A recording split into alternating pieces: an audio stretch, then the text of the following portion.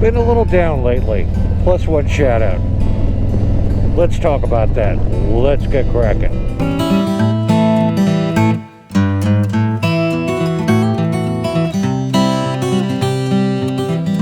Good moto morning. Welcome to Kraken's Garage. I'm your host Eric, and on Kraken's Garage we discuss all good things on 2 and 3 wheels. Today's episode we're going to discuss, I've been a little down, so I took a sabbatical for 1 week. So over the last week, been a little bit down.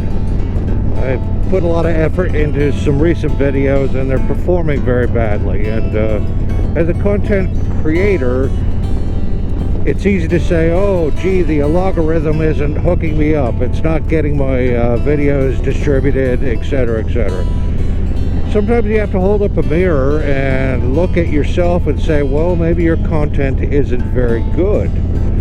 So the purpose of this video is not to solicit kudos or attaboys or anything like that. Far from it. Some of my videos, like when I did the walk around on the BMW R18, I don't know, got a couple thousand views, which seems great on the surface. It was a 24-minute video that I put a load of work into and research. And when I take a look at the analytics of that particular video, the average view duration of that video was 90 seconds. I'll put a screenshot up above showing you what I'm talking about. So I lost a couple thousand viewers' attention to even enjoy the video within the first 90 seconds of the video. So that's on me. I'm not setting up or teeing up the videos in a way that is more palatable to John Q. Public. So I have to kind of rethink that about what is it I'm doing wrong? What can I do to provide a more quality experience for viewers? I was speaking with two of my friends on Instagram, Lori and Tammy, about shooting some videos with my stepmother, who is an accomplished motorcyclist. She's 91 years old. Time is of the essence. She's only going to be around so much longer. She's sharp as a whip on regaling and reciting old adventures. So I'm thinking about going over there and setting up my lights and cameras and shoot some video. And I think it's kind of paramount to the female riders out there to hear from somebody that was doing it in the 70s and 80s when it wasn't cool to be a female riding, like it kind of is now. It still has a long way to go to accept female riders in the motorcycle community, in my opinion. So I may or may not do that because if the channel doesn't get the views and the message isn't getting out to be inspirational to female audiences, what's the point? It's a lot of time and effort to make something like that happen, and only to land flat on your face and the message doesn't get out to the appropriate people to try and help, in this case, possibly a female motorcyclist. So I'm kind of at the crossroads. So when I say I'm down a little, I mean that may be overstated, but I would say I'm down in the sense of I'm at the crossroads and not sure what to do with my content and my channel. I'm not going to leave, but I did take a week off to kind of think about it and think it through and look at all the different facets of what I do and what can I do to up the game, and that lies the challenge. So I think possibly the issue might be my topics that I discuss are extraordinary by definition, and they're way off the beaten path. I don't do clickbait where I have a title that says I quit and then you log on to find out what Eric quit, only to find out he quit buying parts from Harley or something silly. That's called clickbait and it pisses people off. I'm not down with that at any level. So I try to sincerely put in the title exactly what I'm going to talk about so people know and can expect the content that they're clicking on and if they enjoy it. I will continue with that. Maybe my intro is too long with my silly Good Moto Morning and Let's Get Kraken bit as I do an intro into the videos. I don't know.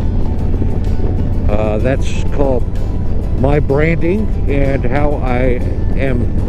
Think of Kraken's Garage and Adventures as a product to put on a shelf in a motorcycle store. That's branding. It makes it attractive enough for a consumer to pick it up and say, you know, I want to check this out. That's all marketing and branding is, and I'm very consistent on how I brand my channel. The fonts, the colors, the neon green, the neon orange. I'm very consistent on how I set up my channel, and maybe I'm too rigid in that area. Maybe that's a turnoff as well. There's lots of unanswered questions, and YouTube is such a hard journey. I feel like I've made this statement before. You have a very dark hallway you're walking down with almost no help. And unless you're fortunate enough to have a motovlog community in your vicinity who will reach out to you and help you guide you down this path. Lord knows I have dozens and dozens of motovloggers that reach out to me for help, for ideas, for editing ideas and things of that nature. But and I try to help every single one of them as best I can, but I always put the caveat on it. Take it with a grain of salt. I'm failing in my YouTube channel. My views are tanking, and I don't know what that is from, or if I'm turning people off, or if I'm too eclectic or whatever. If anybody that is a viewer out there has any thoughts, I need you to be very candid. Don't pull any punches and say, Eric, this part of what you do really sucks. And here's why it sucks. I would love to hear it.